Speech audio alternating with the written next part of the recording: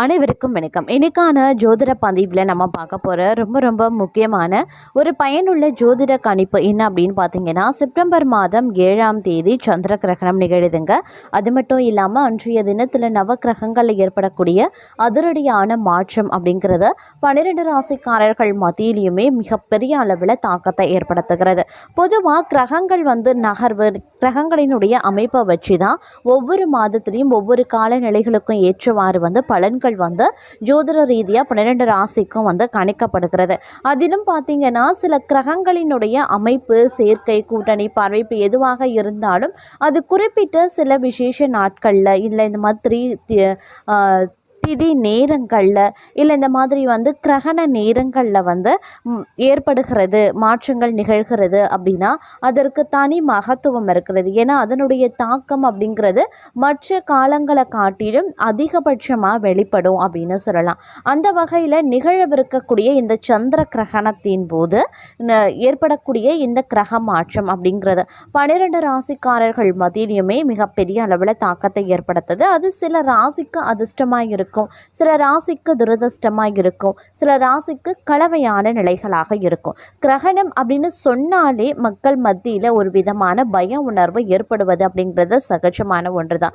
ஏன்னா இந்த கிரகணம் நம்மளுக்கு ஏதாவது தோஷத்தை ஏற்படுத்துமா, இல்லை என்ன மாதிரியான மாற்றத்தை ஏற்படுத்தும் அப்படின்ற மாதிரியான பல கேள்விகள், பல சிந்தனைகள் எழும். அது மட்டும் இல்லாமல் கிரகண நேரத்தில் மக்கள் இயல்பாகவே மன ரீதியான சின்ன சின்ன இடைஞ்சல்களை எதிர்கொள்வாங்க. ஏன்னா அந்த நேரத்தில் பார்த்தீங்கன்னா எதிர்மறையான ஆற்றல், எதிர்மறையான தாக்கங்கள் அதிகபட்சமாக நிலவி இருக்கக்கூடிய ஒரு நேரம்.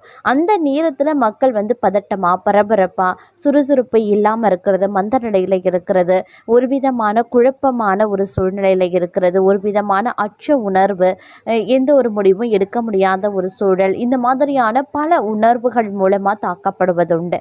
அதனால தான் கிரகண நேரத்தில் எந்த வேலையும் செய்யக்கூடாது, அதிகமாக மாமிசத்தை உண்ணக்கூடாது, மாமிசத்தையே தவிர்க்கணும் அப்படின்னு சொல்லுவாங்க. கிரகண நேரத்தில் ரொம்ப அமைதியாக இருக்கணும்னு சொல்லுவாங்க, இல்லைன்னா மௌன விரதம் இருக்கணும் அப்படின்னு சொல்லுவாங்க. இந்த மாதிரி பல விஷயங்கள் சொல்லுவாங்க.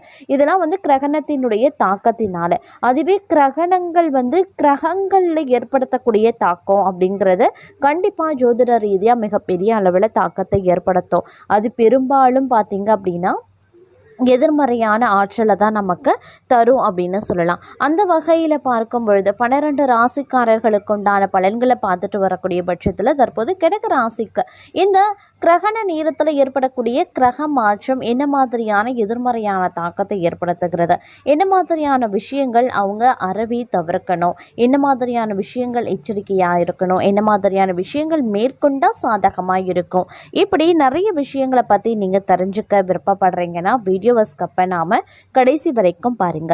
வீடியோக்குள்ள போகிறதுக்கு முன்னாடி இது வரைக்கும் நீங்க நம்ம சேனலை சப்ஸ்கிரைப் பண்ணல அப்படின்னா உடனே சப்ஸ்கிரைப் பண்ணிக்கோங்க. அப்படியே பக்கத்தில் இருக்கக்கூடிய நோட்டிஃபிகேஷனுக்கான பெல் பட்டனையும் பிரஸ் பண்ணிக்கோங்க.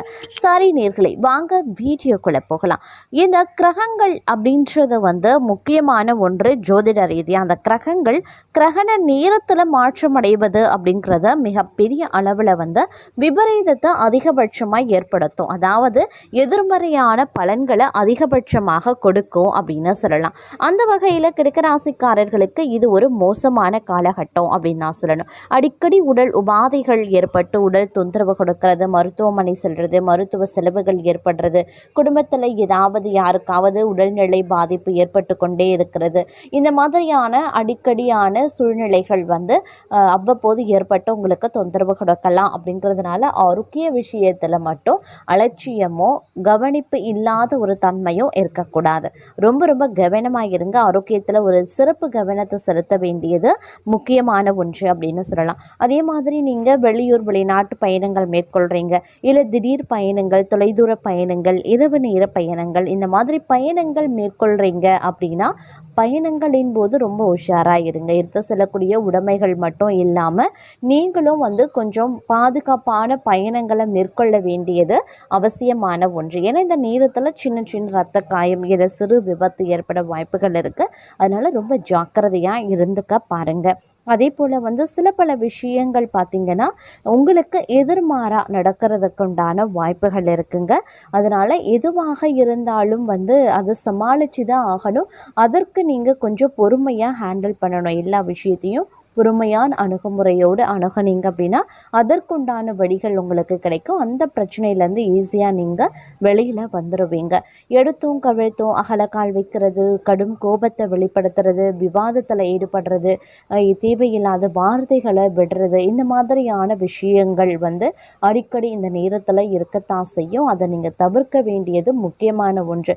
நீங்கள் தவிர்த்தே ஆகணும் அப்படின்னு அறிவுறுத்தப்படுறீங்க அப்படின்னும் சொல்லலாம். அதனால் கூடுமான வரைக்கும் இந்த காலகட்டத்தில் அதி எச்சரிக்கை உணர்வுடன் நடந்து கொள்ள வேண்டியது ரொம்ப ரொம்ப முக்கியமான ஒன்று அப்படின்னு தாங்க சொல்லணும்.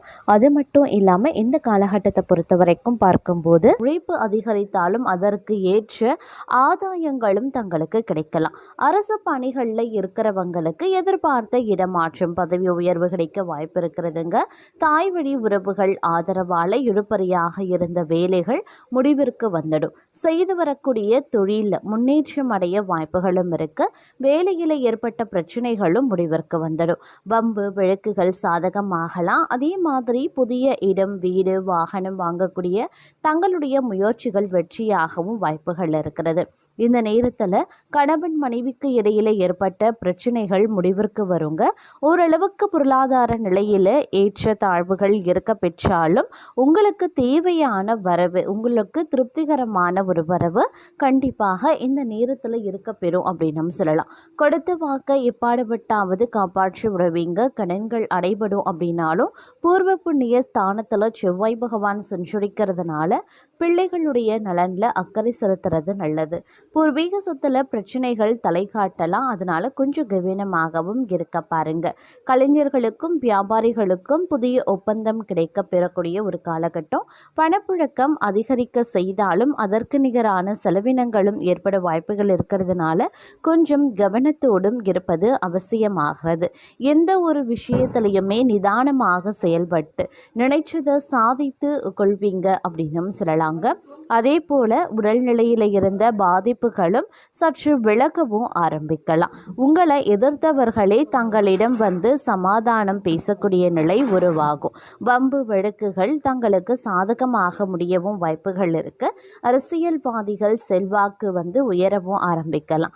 சிலருக்கு புதிய சொத்து சேரும். புதிய தொழில் தொடங்கக்கூடிய தங்களுடைய முயற்சிகளும் வெற்றியாகும். வேலையில் ஏற்பட்ட பிரச்சனை வழக்குகள் எல்லாமே ஒரு முடிவிற்கு வந்துடும் அப்படின்னு சொல்லலாம். எதிர்பார்த்த இடமாற்றம், பதவி உயர்வு கிடைக்கவும் வாய்ப்புகள் இருக்குது. வேலைக்காக முயற்சித்து வந்தவர்களுக்கு திறமைக்கு ஏற்ற வேலை கிடைக்கும். வெளிநாட்டு முயற்சிகள் சாதகமாகலாம். கலைஞர்களுக்கு எதிர்பார்த்த ஒப்பந்தம் கிடைக்கும். பணியில் இருப்பவர்களுக்கு மேலதிகாரியின் ஆதரவு கிடைக்க வாய்ப்புகள் இருக்குது. குடும்பத்தில் தடைபட்டிருந்த சுப நிகழ்ச்சிகள் நடக்க வாய்ப்புகள் இருக்குது. சிலர் பொறுத்த வரைக்கும் புதிய வீட்டில் பால் காய்ச்சுவாங்க. பிள்ளைக்காக மேற்கொள்ளக்கூடிய முயற்சிகள் அனைத்துமே தங்களுக்கு வெற்றியாகவும் வாய்ப்புகள் அதிகபட்சமாகவே இருக்கப்பெறுகிறது. அதே மாதிரி விவசாயிகள் வேளாண்மையில் முழுமையான கவனத்தை செலுத்துறது ரொம்ப ரொம்ப நல்லது. பெண்களுக்கு குடும்பத்தில் இருந்த நெருக்கடி நீங்க பெறும். வேலையின் காரணமாக வெளியூருக்கு சென்று வந்த நிலையும் மாற ஆரம்பிச்சிடும். கணவர் பிள்ளைகளுடன் வசிக்கக்கூடிய நிலை உருவாகலாம். சிறு வியாபாரிகளுக்கு ஆதாயம் அதிகரிக்க செய்யுங்க. அதே மாதிரி இந்த காலகட்டத்தில் தைரியத்தையும் இயல்பாகவே கொண்டு வாழ்க்கையில் முன்னேற்றம் நீங்கள் அடைவீங்க அப்படின்னும் சொல்லலாங்க. அதே மாதிரி இந்த காலம் முழுவதும் பார்த்தீங்க அப்படின்னா எதிர்பாராத பிரச்சனைகள், வம்பு வழக்குகள் உருவாக வாய்ப்புகள் மற்றொரு புறம் இருக்கிறதுனால கொஞ்சம் எச்சரிக்கை உணர்வோடு நடந்து கொள்ள பாருங்க. ஒரு சில நேரங்களில் பிள்ளைகளாலும் சில சங்கடங்களை எதிர்க்க வேண்டியதாகவும் இருக்கலாம். அதனால கொஞ்சம் கவனத்தோடு இருக்க பாருங்க.